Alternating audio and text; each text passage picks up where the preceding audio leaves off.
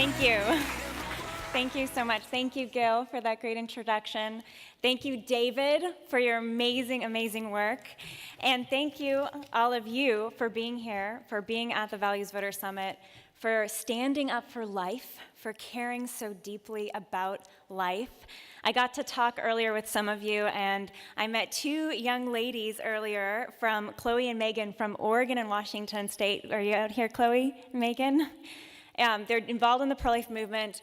And then also another special person out there is Jonathan Terrell, one of Live Action's long-term board members who's been serving and supporting the pro-life cause. Thank you so, so much for being here. But thank you, all of you, because this is a movement that requires all of us. This is a fight for justice, for our most innocent and our most vulnerable, that requires all of us. And our country has a long history of acknowledging injustices and doing our best to rectify them. And the women of the 18th century were told, "We don't want your minds." And in the 18th century, women were barred from universities.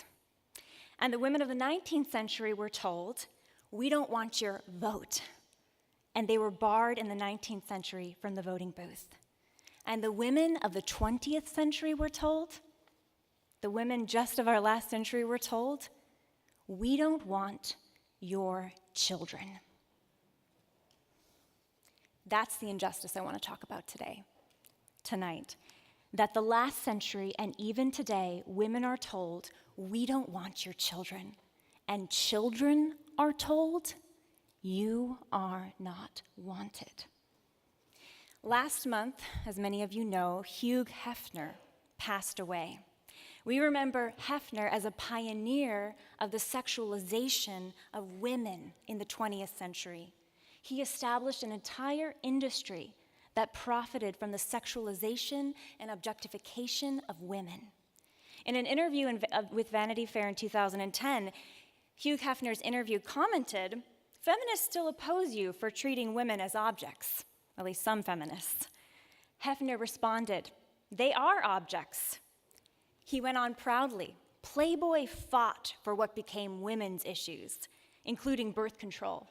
We were the amicus curiae, friend of the court, in Roe v. Wade, which gave women the right to choose."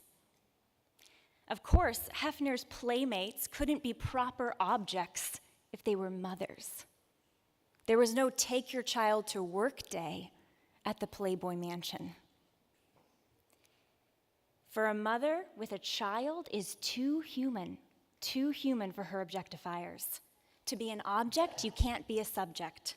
And isn't every mother the subject, the guardian of her child's trust and emotional and physical security? To rob a mother of her humanity, objectifiers must divorce a mother from her children. In the 8 years leading up to the Supreme Court decision that legalized abortion in this country, Roe v. Wade, Hefner published articles in Playboy magazine, almost every single magazine, that called for the complete legalization of abortion. And tragically, Hugh Hefner got what he wanted. In 1973, in the name of privacy, our Supreme Court rejected the most basic human rights of a whole group of people in our country, rejecting the first human right, which is life, without which all other rights aren't even possible for our most vulnerable Americans, children in the womb. Since then, in the name of women, powerful and a well-funded abortion industry and lobby, led by Planned Parenthood, has spread like cancer and has killed nearly 60 million children. Nearly 60 million of our sons and daughters have been killed by abortion. I want to share one story out of those 60 million with you from a young mom named Michelle from New Mexico. She writes, "At age 18, I had my life all planned out until my birth control failed and I became pregnant. I knew what I would do because I not only believed the lie that it's a clump of cells, I thought abortion was the most responsible decision that a young woman in my situation could make. It was the only option that I thought that I would be able to forget, that wouldn't destroy my plans, that would affect my life the least. I was selfishly wrong on all three. During the procedure, I felt a sharp pierce on my left side. I heard myself cry out, and then it was over. I now know when my child was severed from my body, even anesthesia couldn't stop the motherly instinct to cry out. It wasn't pain, it was anguish. I convinced myself to go on with my life, but inside, a part of me was broken because my abortion not only left a hole in my womb, it left a hole in my heart. And now, no matter how many ways I try to fill that hole, it only got deeper. The pain and the grief of mothers and fathers all over our country in the last 45 years, mourning their children, that pain is mocked by the very groups that claim to speak for women today. Planned Parenthood supports social media campaigns encouraging women to shout their abortion, to celebrate their abortion. The reality is, to acknowledge the grief from a loss of a child, we must first acknowledge that that child died. And in an abortion, that abortion killed them.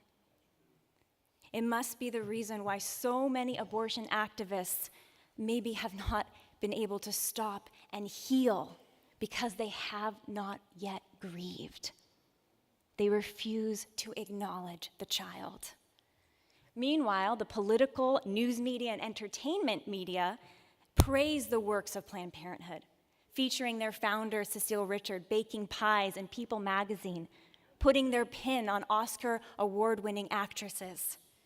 In fact, led by the $1.2 billion Planned Parenthood, the twisted ideology of abortion has infiltrated the mainstream of American politics today.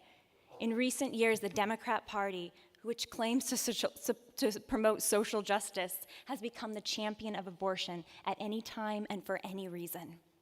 A core campaign promise of Hillary Clinton, also claiming to be a champion for women, was abortion through all 9 months, no restrictions. Democrat politicians now must face a litmus test on abortion. Because of their Democratic support and the support of some pro-abortion Republicans, abortion giant Planned Parenthood is still receiving, as we speak, $1.5 million a day from taxpayers. That's over $500 million every single year from the federal government, and daily, propped up by that cash, they kill 899 of our children. Of all these pro-abortion politicians, celebrities, extreme pro-abortion groups like the National Organization for Women, they all claim to speak on behalf of women and to follow in the legacy of the women's rights movement. But our early feminists, our early women's rights movement rejected abortion and saw it as an injustice against both mothers and children. The early feminists fought for the opportunity of women to walk through the doors of a university, and they prevailed, they succeeded. Our early feminists fought for the opportunity and the right for women to vote, and they won that fight. And in the last 2 centuries, women in our country have walked into classrooms powerful. We've walked into the voting booth powerful. But today, after winning the so-called right to abortion, women walk into abortion facilities powerless. They walk into an abortion facility because they feel that their diploma is at stake. They feel that their husband or their boyfriend doesn't support that child. They are concerned they won't be able to keep their job. And so they submit themselves, their body and their child, to the most ultimate position of powerlessness, to the abortionist's forceps. And the abortion industry, all along, mockingly in the name of women, profits from their pain. The truth is, though, the special power of a woman beyond the powers of our shared humanity lies in our motherhood, both physical and spiritual. Being male and female means something profoundly. To understand maleness or femaleness, we must understand the unique power of a man to be a father and of a woman to be a mother. Sometimes that motherhood and fatherhood is spiritual, sometimes it's biological, but it is always about nurturing and protecting others in only the way that a father can or a mother can. Our mentors, our guides, our patrons, our uncles and aunts, our big brothers and sisters all live out a unique motherhood and fatherhood. And the basis of every society and the only hope for a healthy society, the basic structural unit of all of humanity, is the family. And the family is comprised at its core of the man and the woman and the power they have to bring new life into the world together. I want to share the story and words of one strong mother named Courtney Baker. Live Action recently did a filming series with Courtney and others that we'll be releasing next year.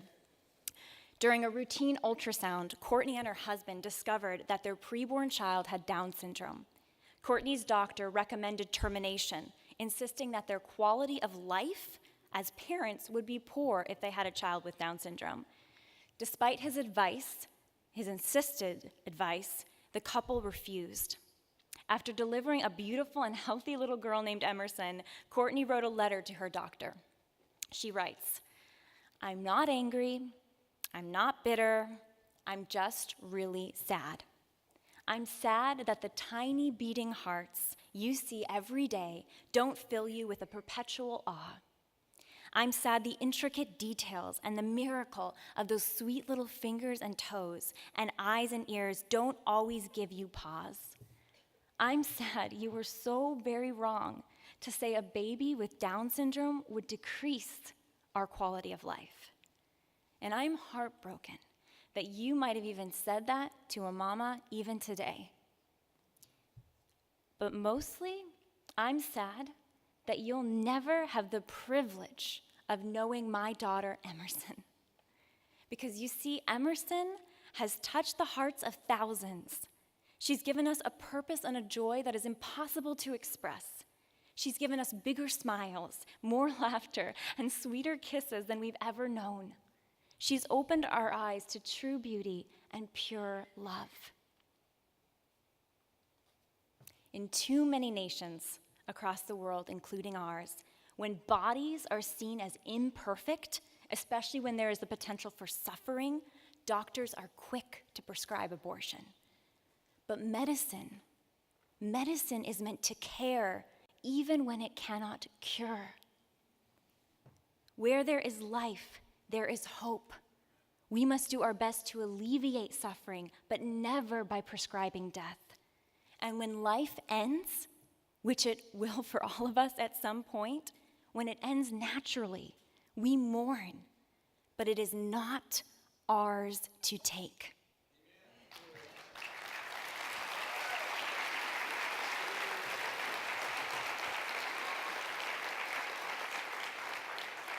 That is why the Hippocratic oath that the early Greeks took and had the admonition, physician, do no harm. Treating the human population as a feedstock for a better breed, for population control experiments and agendas which are popular among the elites, is an old and twisted idea. 100 years ago, they called it eugenics. Today, it's called reproductive health. And it somehow, they say, empowers the parents themselves. But the price of this so-called power is the destruction of our weakest of children. The Down syndrome child, the child who's sick, the child of the wrong race or sex, the child that's seen as poor or unwanted, even the extra embryo in a test tube. As Emerson's mother wrote, who loses in America and in nations across the world when we kill vulnerable children? We do. We lose. By choosing to kill, we've surrendered hope in a better future with them. We lose their joy. We lose their love. We lose the opportunity and privilege to care and sacrifice for them. We lose all the lessons that they would have taught us. And instead, by rejecting them, by aborting them, we grow a little bit colder, harder, and crueler. Is that the kind of world that we want? No. We want a better world. This is why I've devoted my life to this cause. Live Action works to effect change through education and the political process, but primarily education. Working to shape the minds and the hearts of generations to reject abortion and to embrace life. And we won't stop until everyone has been reached, touched, and given the opportunity to change. I want to share a special video with you now of some of the work that's being done every day. The folks that you will see in this video are people from every political background, people that are left and right, most of them who say they're in support of abortion. They're people from Los Angeles, San Francisco, Portland, and Seattle. We figured that if we can work with people and convince them on the left coast, we have a pretty good chance at it everywhere. We do pretty well in Texas. But the people you see watching this video are watching, in the video, the people are watching a video of a series that Live Action produced called the Abortion Procedure Series. It is narrated by a former abortionist, Dr. Anthony Levatino. Dr. Levatino explains how the four most prevalent abortion procedures are done, how actually abortion is committed, how the child is torn from his or her mother. In the video that you watch, you won't see the procedure itself, but you will see the reaction of people on the street having their first opportunity to really know what abortion is. This video has been shared, this series, over 1 million times on Facebook and viewed over 85 million times. We can watch the video now.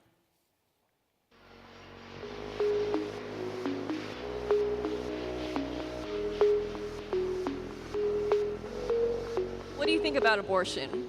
I'm like hella liberal, so it's like obviously I'm pro-abortion. There are times when you do need abortion, and it's up to that person and their rights and what they want to do. It's our body, it's our decision, right? If you're young, it's probably a good thing. If you want to go to college, it's hard with a baby in college. And would you identify as pro-life, pro-choice, or neither? Pro-choice, for sure. Oh my God. I had no idea this is how abortion takes place, right? Looking at that video and the way it was performed, it's an eye-opener. So no, I don't think any kid, any baby, any infant, any fetus should go through that, no. I mean, it seems just in general, anytime you have to kill something, it's inhumane. So are you saying this is a human life? I mean, it's definitely present, you know? I mean, yeah, I guess like even if you can't afford to, if someone can take care of these babies, I guess like don't abort them, you know? So the videos that you guys showed me has changed my mind. Yes, circumstances, it still makes it hard, but because of the video, I think I kind of have like a better idea. And I felt bothered by it. Kind of like had a little change of mind of being middle of the road to saying maybe I would not be for abortion, no matter what, no matter what the circumstances are. I had no idea the process was like that. But it seems like they're more humane when they put down animals. It was kind of disturbing, I guess. I didn't actually know that it was like suctioned out of you and like ripped to pieces. After especially seeing this video, I realized, no, like abortion is really wrong. Yeah, really wrong, wow. Would you say that this video changed your mind at all about abortion and your Absolutely, absolutely. I've never seen it in detail like this. I will show this to my daughter, that this is how they abort children. It's scary to see, and I hope I will never have to do that, or I will never do that from my point now. So you changed your mind, it sounds like, from... Yeah, well, it's hard to say. I mean, I could never say, like, not do an abortion for 100%, but probably 99%, yeah. Before a law is passed, I think they should include videos such as the video that he showed us. And I'm pretty sure that a lot of people would change their mind based on it. There's so many other options apart from abortion, and I know it sucks and like the consequences and how it happened and why you might want an abortion, but there's always another option, and you just got to suck it up because it's a life.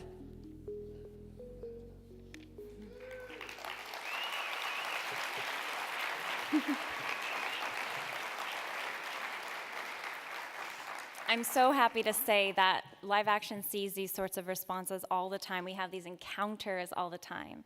And we are seeing them across our country and even across the world with millions watching online. And what's so exciting is that there's hundreds of millions of people yet to reach, and the potential is so huge for us to transform the culture that we're in, to transform the hearts and the minds, the thoughts, the feelings about people on abortion.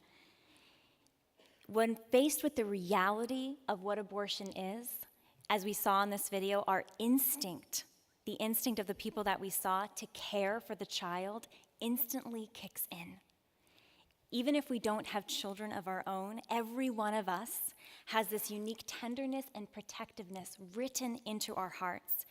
In this way, we are all mothers and fathers. And we have to draw this tenderness out of the people around us.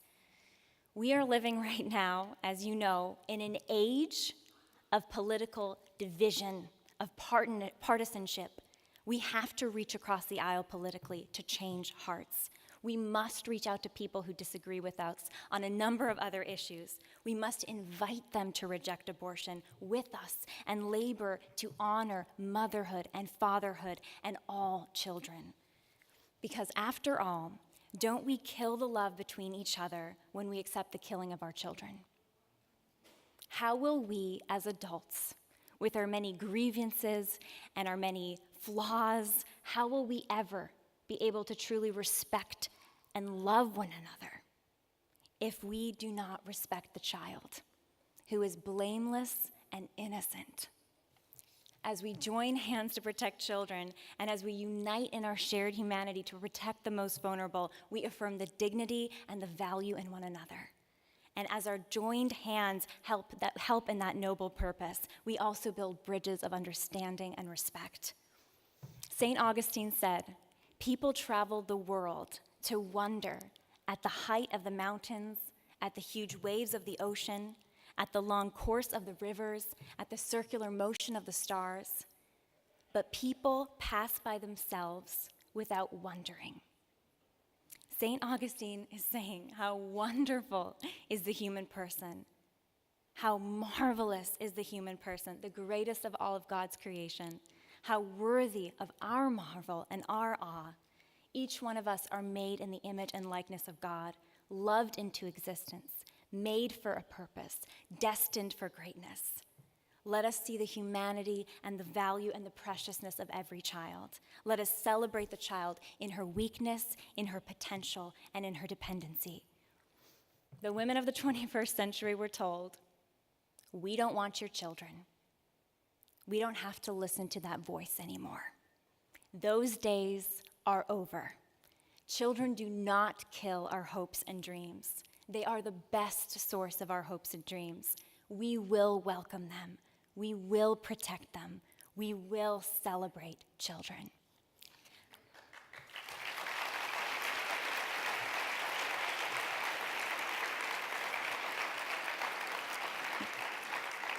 The days of objectification and destruction are over. We will stop the federal funding of the biggest abortion chain, Planned Parenthood, and if we have to call out the filibuster to do it, we will do that. And we will enact legislation to enshrine legal protection for the child across our nation at all stages of life. And we will work tirelessly to transform the next generation to know the truth about themselves, their sacred dignity, and the sacred dignity of every person. Together, we can make the 21st century the one where we ended abortion and restored the right to life for all. Thank you. He made the lane walk and the tongue talk.